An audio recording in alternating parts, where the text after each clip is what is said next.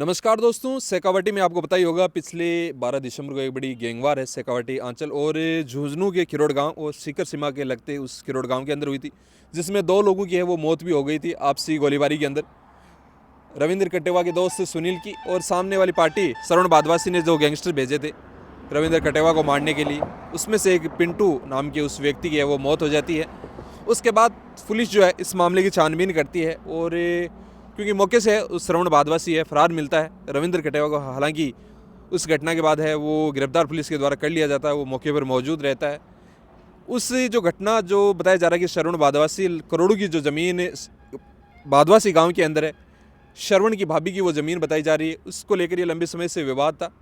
बताया जा रहा है कि 24 या 26 बीघा की वो ज़मीन है जो कि करोड़ों की संपत्ति बताई जा रही है कि इसको लेकर रविंद्र कटेवा और श्रवण बादवासी में कई महीनों से एक लंबे समय से जो विवाद चले आ रहा था, उसको लेकर कहीं ना कहीं श्रवण बादवासी है वो गैंगस्टर भेजता है उस ज़मीन को हड़पने के लिए।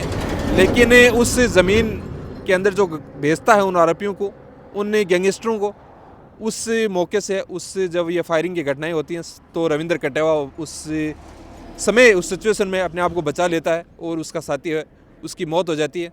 उसके बाद से श्रवण बादवासी फरार होता है और पाली के कोर्ट के अंदर अपने आप को सरेंडर करता है। उसके पीछे वो रीज़न बताता है कि कहीं ना कहीं उसको पुलिस के इनकाउंटर का डर होता है कि यदि उस मौके से उसको पुलिस पकड़ती या उस पर कार्रवाई, क्योंकि श्रवण बादवासी के जो अवैध शराब की दुकान उसने अपने गांव के अंदर चला रखी थी, अवैध अतिक्रमण उसने कर रखा था। आपने देखा होगा पीला पंजा सरकार का है उस घर के ऊपर चला था, हमने उसकी कवरेज भी की थी। उसकी 2 दुकानें अवैध रूप से चल रही थी शराब की, उनको भी सरकार ने है ध्वस्त करने और सीज करने का कार्य है उस वक्त किया था।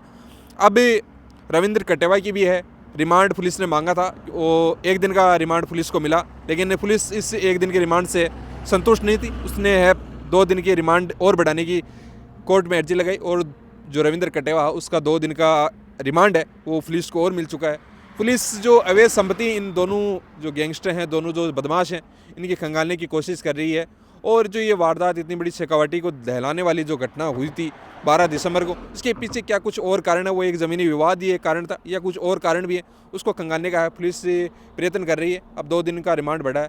आने वाले समय में क्या कुछ इस घटना, इस जो गैंगवार हुई थी, इसके बारे में क्या कुछ अपडेट आता है हम जरूर आपसे साझा करेंगे। लेकिन अभी जो दोनों बदमाश हैं श्रवण बादवासी और रविंद्र कटेवा पुलिस की गिरफ्त में है। इसके साथ साथ रविंद्र कटेवा के जो 2 साथी और हैं शुभकर्ण और पंकज, वो भी हैं पुलिस की गिरफ्त में। क्या कुछ इस आने वाले समय में इस खबर पर अपडेट आता है हम आपके साथ जरूर साझा करेंगे। तब तक आप हमारे साथ यूं ही बने रहें।